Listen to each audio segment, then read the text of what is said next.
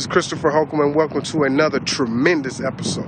Pretty much, as I go through my journey, I definitely speak on topics that I think definitely need to be addressed, and more as I talk to other people who are interested to invest in Detroit, other people that wants to be investors. 80%.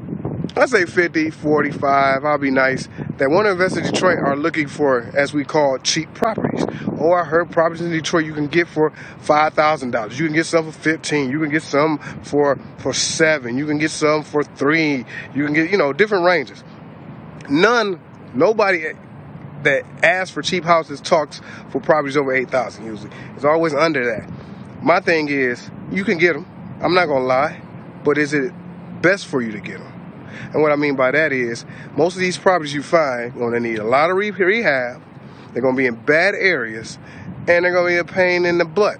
If you looked at one of my videos where I show different properties in bad neighborhoods, it's a prime example that you'll have a nice house, and probably yours, if you're getting it for $5,000 or $6,000 or a little less than that, it's not going to be that nice house in the neighborhood. It's going to be that awful looking house, or that average looking house, which needs a roof, that needs windows, that probably has water damage in the house, or molding in the basement, something that you got to put a substantial amount. That's one issue. Rehab. It's going to spend a lot of money on rehab, probably more than the house is worth, which defeats the purpose of being an investor. Because why are you investing that much in the house and then you're getting rent of $600? Not numbers wise and financially wise doesn't make sense. Secondly, your tenants. You're probably gonna get knuckleheads. Trust me, if you're in those areas, you're only getting $500, and that's before net operating costs. So you might just be bringing home $250, $300. You're getting $500, and these idiots probably tearing up your house that's already tore up, or got 5 cousins living in the basement, or they're doing something illegal out your property, or they're just misbehaving. Something you don't need. That's a lot of overhead, that's a lot of holding costs, that's a lot of evictions, that's a lot of time instead of money you're supposed to be making. That's number 2. Number 3, if you try to do Section 8, which a lot of people try to do with these properties, guess what? You got to be up to code. So you got to make sure you're still investing money in that property.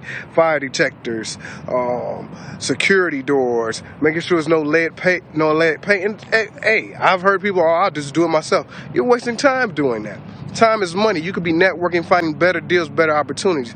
I'm not saying the cheap properties are not the way to go. I'm just saying the likelihood and the possibility and the percentage is very low.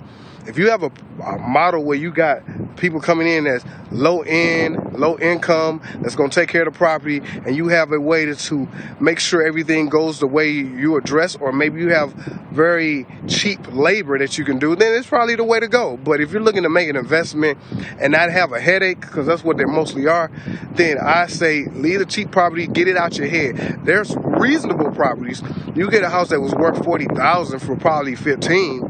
To me, that's astronomical. Where else can you find that at? Not a $40,000 or $20,000 house or a $10,000 house that's $5,000. That doesn't make sense. It's always location. So remember that. I just tell you guys, don't do it. Or if you're going to do it, make sure you have a model that matches it where it's not a headache. Because otherwise, you're going to be spending more time dealing with tenants, headaches, repairs, than you are going to be making money. Because $250 or $200 a month, yeah, it pays a bill, but what headache? How much gas you spend going over there? How many times you had to call contractors, taxes, insurance, all that extra stuff you have to pay for, you might just break even. So anybody that wants to invest in Detroit, leave the cheap properties alone. I say you can go back and address those once you make enough money where you make them bulldoze them and put an urban farm up. But besides that, I wouldn't really put my money into those things. I would just look otherwise. So just wanted to pretty much give you guys a heads up on all these cheap properties in Detroit aspect. They are reasonable properties in Detroit. Pick the right ones. Don't go to the low end, please. So as always, give me feedback. Hey, if some investors out there see this video and y'all making buku money, hey, I'll definitely like to shoot a video and get your point of view on why you do that and how your model works. I believe it can work, but I just believe the percentages are low for most people who are not seasoned investors with a lot of connections and a lot of understanding on what that model is going to be about. So once again, Chris Holcomb, feedback is welcome. Thumbs up if you like, and I'll talk to you guys later. Y'all have a good day. I got to go enjoy the sunshine. Thanks.